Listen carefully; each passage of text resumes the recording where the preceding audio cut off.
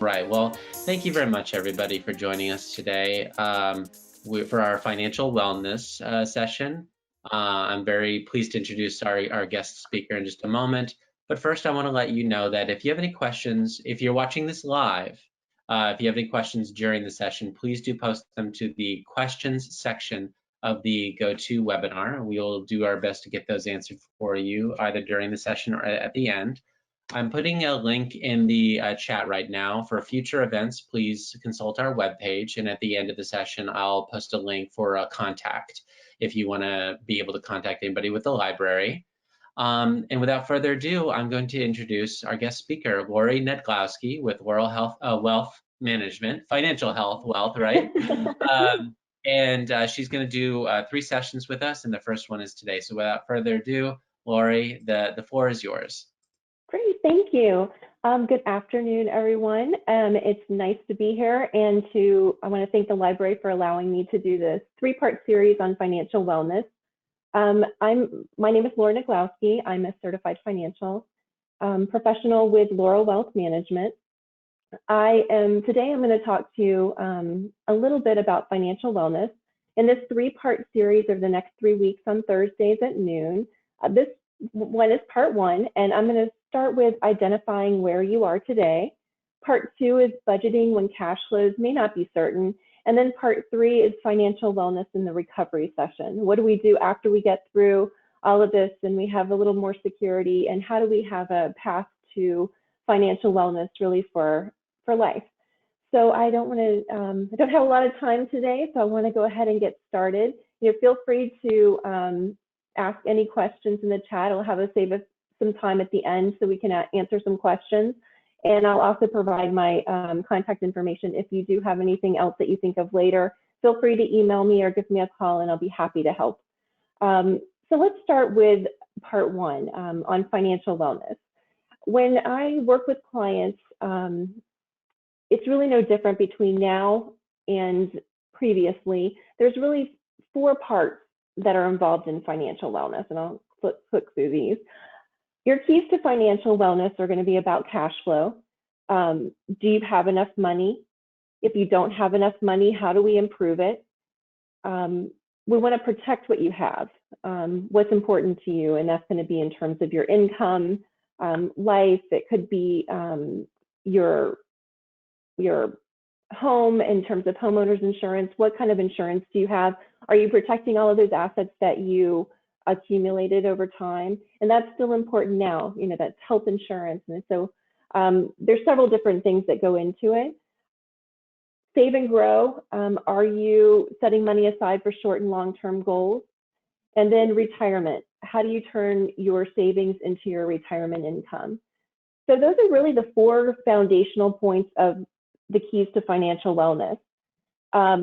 Right now, we're going to focus on really the first one, is improving your personal cash flow, because we've gone from a point where you may be into some more uncertain times, your cash flow may not be certain. Today, we're going to look at where are we today? What do we have? What resources do we have to be able to handle our expenses in the future? And the second one, we're going to take that information. So this is kind of the foundation for the second one. We're going to take this information and we're going to create a budget that's going to be over the next 60 days, and really a rolling budget, because typically I work on a budget for a year. But in this uncertain times when your cash flow might not be the same and you may not want to have the same expenses every month, we're going to look at how much do we have available, and then how do we prioritize our expenses. But the first step in anything, and even when I'm doing financial planning for clients now, is where are you today? What do you have? And so I'm going to talk about how do you know what you have and how to find it, and then use a spreadsheet to keep track of it. So first, I'm going to talk about your income. What resources do you have to fund your goals? And today, our goal is really to get through the next 60 days or through the next few months. Let me go to, I don't have the income up, but from your income, we're going to look at different sources. So maybe put this down, write this down on a piece of paper, or use Excel as a good way to have it. But what do you have your income from your jobs? Look at your last pay stub to see what your net income was. What hobbies could you turn into income? Is there anything that you're doing on the side that maybe is generating some income, or something that you could do over the next 60 days or the next 6 months to generate a little bit extra income? Have you filed for unemployment? Are you expecting to receive unemployment? I know that there's been a little bit of hiccups with the system lately, but if you have are approved for unemployment, they will go back and pay you from the time that you filed and you were eligible for it. Are you collecting any type of disability insurance? Are you on Social Security? Do you have any interest or dividend income? That might not be something that everybody has, but it's something to look at to see what you really have available. And then we want to know, once you have all of that together, total it up to see where you are. The next we're going to go into is, well, what assets do you have? What do you own? Which one of these can actually be turned into cash to help fund the next 60 days of your expenses? So I'm going to walk you through some of the items that are on this worksheet. This is the worksheet that I use when I'm working with clients. I usually give it to them and say, I need to know what kind of things you have. Do you have any type of retirement plans? Do you have any 401k? It might be a 403b. They're all different names, but it's something that you've been contributing to through your employer. They've made some changes recently with the CARES Act that allows you to access some of your retirement funds if necessary. Do you have an IRA? Did you do a rollover at some time and you have an investment account that you've been receiving statements from? Maybe you haven't been opening them every month, but go ahead and list those. You might need to search for them. Sometimes people forget about some of the assets that they have. Do you have a Roth IRA? A 529 savings plan would be something that you're saving for college for your children. Maybe you have an annuity, a cash value life insurance. There's different types of life insurance that you can have. One of the types of policies is called a term policy, and you're paying for it each month, but it doesn't accumulate cash value. But if you have some type of a permanent policy in place, you may have been contributing to it, and it might actually have some money that you can take out or have access to.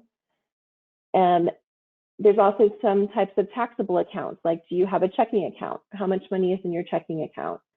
Do you have any savings accounts? Do you have a savings bond? Those are all the different types of assets that are liquid or more liquid. And so we're going to go in the next step is we're going to say, how do you list them in order of liquidity? What is the easiest to get to? And it's going to be something like your checking account is going to be the most liquid of all of them, or cash that you have in your hand. Your savings accounts will be second. And then you get into some of your investment accounts, anything that you have to sell or you have a penalty for are less liquid than something like your checking account where you can take out immediately. The next thing is on your assets is going to be things that you could sell. Can you have a garage sale? Do you think that you could generate some money from selling some furniture, or maybe you have an extra car that you haven't been using as much and maybe not need it, or what kind of things that you have that you could turn into cash at some point? So we go back into that. Let's list these all in the order of liquidity. So I want to see your checking accounts first, your savings accounts. And actually, even in liquidity first, it's really going to be your income, because that's the cash that's coming in each month. And that's going to be used to immediately service your needs. So if the income does not meet your expenses, then we're going to move into some of these other assets to carry us through for our budget.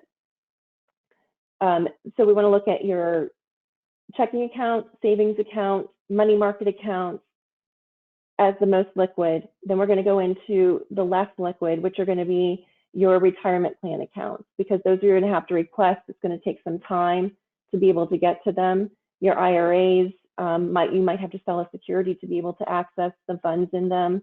529 savings plan, some of these might have penalties in order to access them.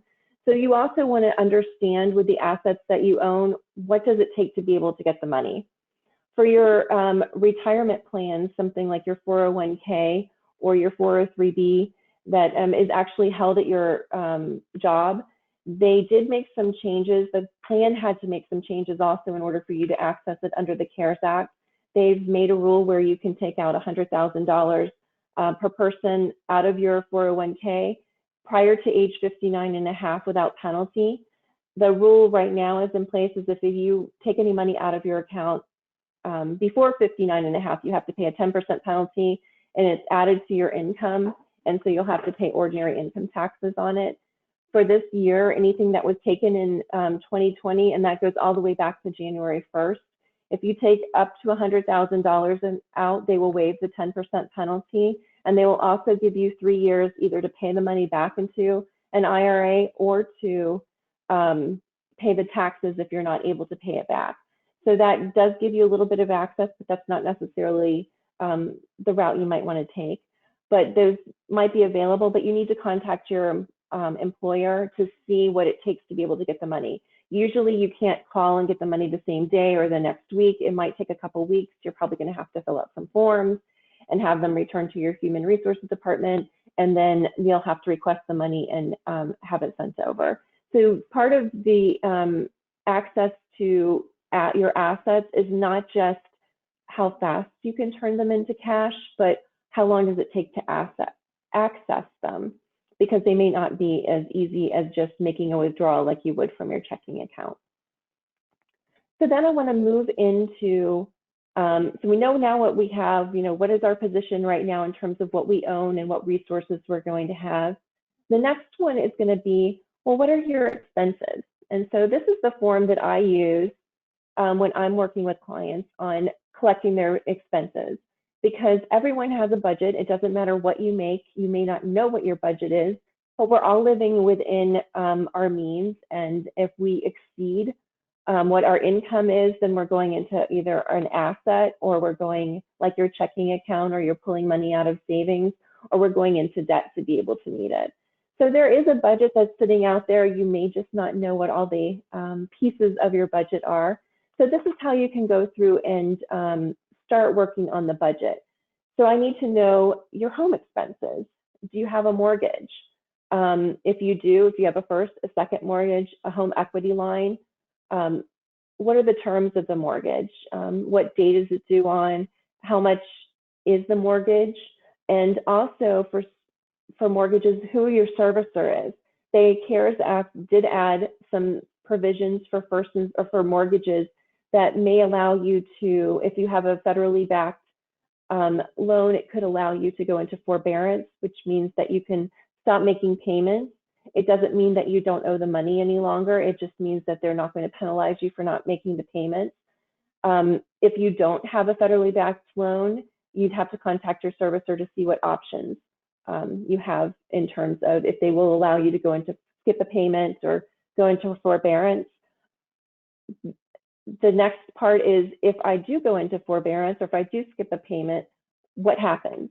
Am I expected to pay this back by the end of the year? Am I expected, is this going to add an extra payment to my my loan? Is it, instead of being 19 years, is it now going to be 19 years and 1 month?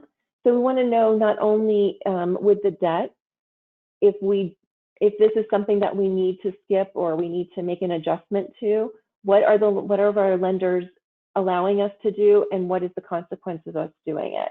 This first step that we're doing is really data gathering and information gathering, finding out what we have, and then what are our options on the other side of our expenses. Real estate taxes will have to be paid. That's probably part of your mortgage. It's going to be maybe escrowed. Your rent, there's also some provisions in the CARES Act for renters if the owner has a federally backed mortgage. So you might want to find out about rent, or work with the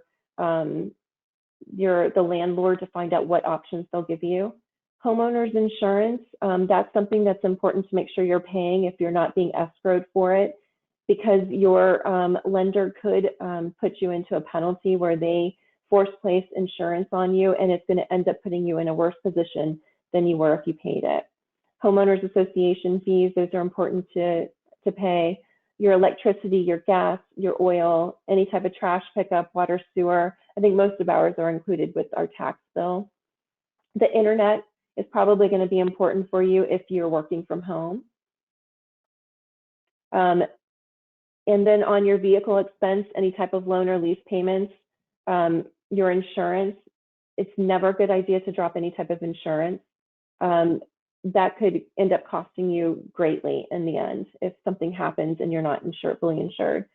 Your fuel costs, any type of parking or tolls that you might have to pay to get to work. And the ones that I highlighted are the ones that are the necessities. And those are the ones we're going to go in the second, the next meeting next week. And we're going to talk about how do you categorize your expenses and which ones are the most important ones, which ones do we need to cover first. And then, so I highlighted some of those that can be on that list, and we'll look at those next week and kind of prioritize it. Everybody is different. There is not one thing. Housing, covering your housing, food, shelter, all of that, transportation, those are going to be the most important. But looking at each person, you're going to have to make the decision about within those, which are the most important and which ones you have a little bit of leeway. If somebody has a federally backed loan, the mortgage might not be as important covering because you're able to go into forbearance without a penalty. So each person is going to be different, but we'll talk about it next week. And then here we go into the second section of your budget. What are your personal and family expenses? So what I do when I'm working with a client is I have them pull all of their credit cards and all of their bank statements for an average month. You can collect your receipts if you have them, but going back through and looking at what you spend, actually what you spend rather than what you think you spend is better. Usually when I ask someone to come up with a budget about what do you think that you spend, if I handed this to someone and had them fill this out, typically they're going to underestimate their expenses. Usually, kind of like my rule of thumb is when I'm trying to get a quick idea of how much they're spending in their budget, I look at their beginning of the month expenses and their beginning of the month balance in their credit and their checking account. I add in their deposits and then subtract out their end of the month balance, and that gives me a good idea of what they've moved through their credit or through their bank account. If their debt is increasing on their credit cards, I add that back in as an expense too. But if they are paying off their credit cards each month, it's coming out of their bank account, so I'm kind of capturing that as well. But for this exercise, since we're talking about kind of a special situation in terms of budgeting, we really want to know the exact amount that you're paying. And the best way to do it is go back and trace your bills. It's can be time consuming to do it. There are a couple online options that you can use. If you've used Mint before, it's through Intuit. It's a free program. I think it's mint.com. I've used it personally for years, and it allows you to pull in your all of your different checking accounts, your bank accounts, your credit cards, any other type of loan payments, your assets. You can actually put your assets in, your liabilities in. You can put your home in, and it will show Zillow's home value changes in it, and it will give you a picture of your net worth. But it also, one of the nice things that it does is it categorizes all of your expenses. So if you want to know how much you've been spending on eating out, it will tell you how much you've been spending on eating out. It will show you by month, and it will send you an email and say you spent more than you expected on your dining out this year, or here's where your spending is compared to last year or last month. So that's a nice quick way to be able to do it. It will go back and it will pull as much information from your credit card and your bank statements as possible. So it's not something that is if you start it today, then you've got to wait 2 months to be able to see. It does require a little bit of work because you've got to go in and categorize each expense. It knows certain things. It knows that Publix is a grocery store and should go under groceries, and knows Starbucks might be under dining out. It can identify some of your payments that you might make, but sometimes it doesn't know what places are, and it will completely miscategorize it. It will put a lot of things under miscellaneous, and you can go in and you can teach it, and so it will learn what an expense is. Once you identify a vendor as a certain category for expenses, it will automatically go in when you download. So moving forward, that helps. Even though we're talking about this as during COVID and doing it in a short term, this is a really good long-term thing to do. knowing where you are all the time helps you when you do get into the situation that we're in now, where we've got to identify and prioritize our expenses. So on this personal and family expenses, just look through and see what you're spending money on. I mean, a cell phone is important now. If you're looking for a job or if you have a job, you'll need to have some way to get in contact. Childcare, put that down as well. I know that some places are waiving fees. Some places are requiring people to continue to pay. But I know that if this ends up being a short-term event for you and not a long-term event, that it might be very difficult to get back into the childcare provider that you were using, and you might end up paying, a lot later. Your groceries, we'll talk a little bit more next time about how you can maybe minimize some of those expenses. Healthcare is extremely important to continue to pay. We don't want to end up sick and then having a large bill that ends up putting you in a worse position than you were today. If you have a pet, some type of pet care, food is going to be essential. If you're using public transportation instead of having a car, put that down. Student loan payments. You want to know on your loan payments whether they're private versus federal student loans, because there's different provisions for those. Private or federally backed student loans, they have waived, I think, the interest, and the automatically allows you to skip some payments. It doesn't mean skip, it means that you will still be responsible for paying them back, but they're not penalizing you for it or putting you into default for missing them. Also on your debt payments, in terms of your credit cards, you want to look at what is the minimum amount that I need to pay to be compliant with my credit card. Credit cards have typically their interest rates that I've been seeing are in the high teens to low 20s, but they go into a penalty interest if you skip a payment and you haven't prearranged it with them, or you skip several payments. So you don't want to go into a permanently going from a 17% interest rate to a 29 or 30% interest rate. So you want to know what the monthly minimum that you have to pay are. And so next month, we're going to take all of this information that you've collected. If you'd like copies of any of these sheets, I can provide them to you. I wanted to give you my contact information. Here's my name, my email, my phone number. You're welcome to call me. I'm happy to talk to you and share anything that I have with you. But that's the end of the presentation, and I just wanted to leave a few minutes for questions if anyone has any questions. Thank you very much, Lori. This is Matthew again. So as a reminder to our attendees, you can post your questions in the questions section of your GoToControl panel.